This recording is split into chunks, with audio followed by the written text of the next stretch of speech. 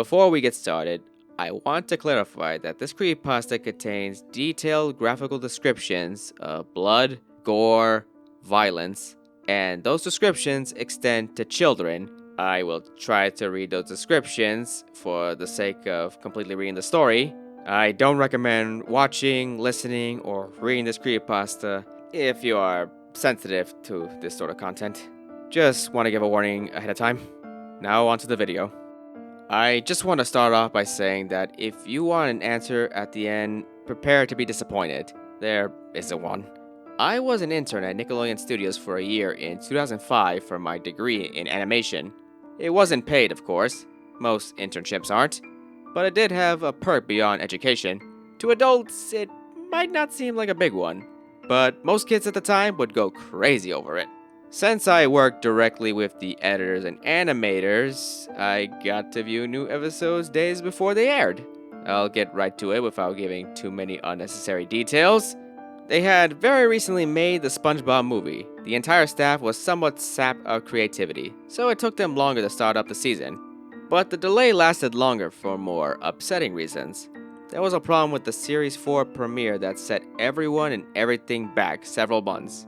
Me and two other interns were in the editing room, along with the lead animators and sound editors, for the final cut of an episode. We received a copy that was supposed to be Fear of a Krabby Patty, and we gathered around the screen to watch. Now, given that the final cut isn't final, animators often put up a mock title card at the beginning. It's sort of an inside joke for us, with phony, oftentimes lewd titles being used, such as How Sex Doesn't Work instead of Rockabye Bivalve, in which SpongeBob and Patrick adopt a sea scallop. Nothing particularly funny, just work-related chuckles. So when we saw the title card, Squidward's Suicide, well, we didn't think it was more than a morbid joke. One of the other interns did a small throat laugh at it. The episode started with the happy-go-lucky music playing as normal. The story began with Squidward practicing his clarinet, hitting a few sour notes like normal. We hear SpongeBob laughing outside. Squidward stops, yelling at him to keep it down, as he has a concert that night and needs to practice. SpongeBob says, "Okay," and goes to see Sandy with Patrick. The bubbles splash screen comes up, and we see the ending of Squidward's concert. This is when things began to seem off. While playing, a few frames repeat themselves, but the sound doesn't. It's supposed to be synced with the animation, so yes, that's not common. But when Squidward stops playing, the sound finishes, as if the skip never happened. What was the point of that? There is slight murmuring in the crowd before they begin to boo him. Not the normal cartoon booing that's common in the show, mind you. You could very clearly hear malice in it. Squidward's in full frame and looks visibly afraid. The shot goes to the crowd, with SpongeBob in center frame. He too is booing, which is very much unlike him. That isn't the oddest thing though. What's odd is that everyone has hyper-realistic eyes, all very detailed. Clearly not shots of real people's eyes, but something a bit more real than CGI. The pupils were red. Some of us looked at each other, obviously confused, but since we weren't the writers, we didn't question its appeal to children yet. The shot goes to Squidward sitting on the edge of his bed, looking very forlorn. The view out of his porthole window is of a night sky, so it isn't very long after the concert. The unsettling part is that at this point, there's no sound. Literally zero sound, not even the feedback from the speakers in the room. It's as if the speakers were turned off, though their statistics showed them working perfectly. What's the point of that? Squidward just sits there in this silence, blinking for about 30 seconds, then starts to sob softly. He puts his hands, in parentheses, tentacles, over his eyes and cries quietly for a full minute more. All while a sound in the background is very gradually growing from nothing to barely audible. It sounds like a slight breeze through a forest. The screen slowly begins to zoom in on his face. By slowly, I mean that it's only noticeable if you look at this shot 10 seconds apart side by side. His sobbing gets louder and more full of hurt and anger. The screen then twitches a bit, as if it twists in on itself for a split second, before going back to normal. The wind through the trees sound gets louder and more severe, as if a storm is brewing somewhere. The eerie part is that this sound, and Squidward sobbing, sounded real. It wasn't like it wasn't coming from the speakers, but that the speakers themselves were holes that the sound was traveling through from the other side? As good a sound as the studio likes to have, they don't have the equipment to be able to produce audio of that quality? What? Below the sound of the wind and sobbing, very faintly audible, something sounded like laughing. It came at odd intervals and never lasted more than a second, so you had a hard time pinning it. In parentheses, we watched this episode twice, so pardon me if things sound too specific, but I had time to think about them.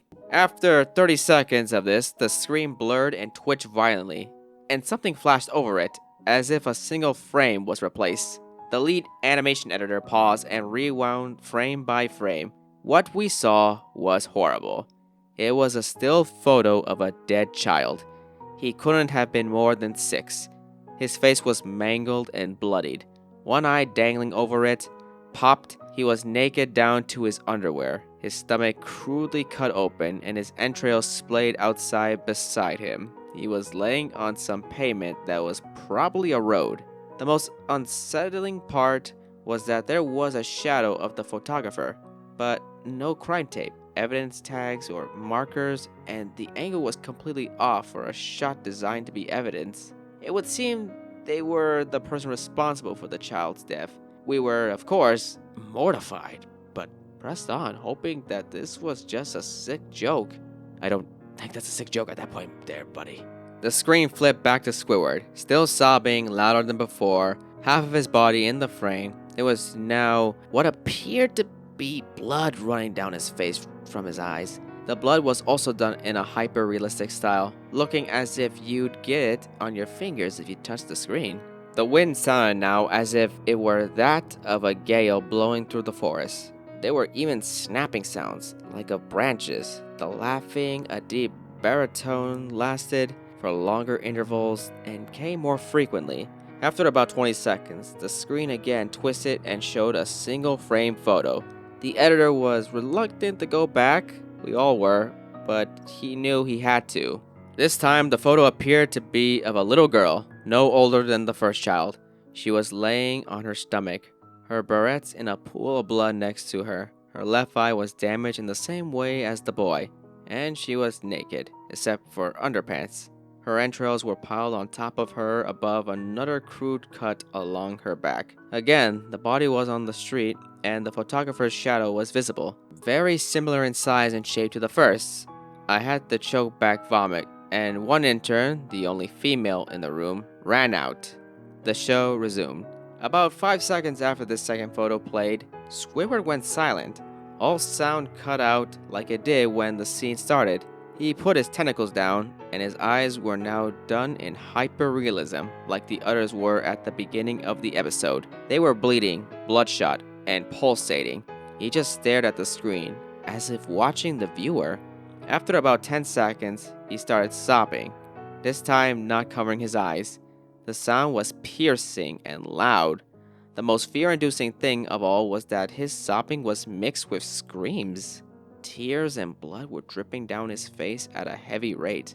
The wind sound came back, and so did the deep voice laughing, this time with a still photo that lasted for a good 5 frames. The animator was able to stop it on the 4th and backed up. This time, the photo was of a boy about the same age, but the scene was different. His entrails were being pulled out from his stomach wound by a large hand. The right eye popped and dangling. Blood trickling down it, the animator proceeded. The next frame was different, but we couldn't tell how. He continued to the next image, and it was the same thing. He then went back to the first and played them quicker, and I lost it. I vomited on the floor. The animation and sound editors gasping at the screen. The 5 frames were not 5 different photos. They were frames from a video. We saw the hand slowly lift out the guts. We saw the kid's eyes focus on it. We even saw 2 frames of the kid beginning to blink. The lead sound editor told us to stop. He had to call in the creator to see this. Mr. Hillenberg arrived within about 15 minutes. He was confused as to why he had been called down. so the editor just continued the episode. Once the next few frames were shown, all screaming and sound again stopped. Squidward was just staring at the viewer, his face taking up the full frame for about 3 seconds. The shot quickly panned out. That deep voice said, "Do it!" And we saw a shotgun in Squidward's hands.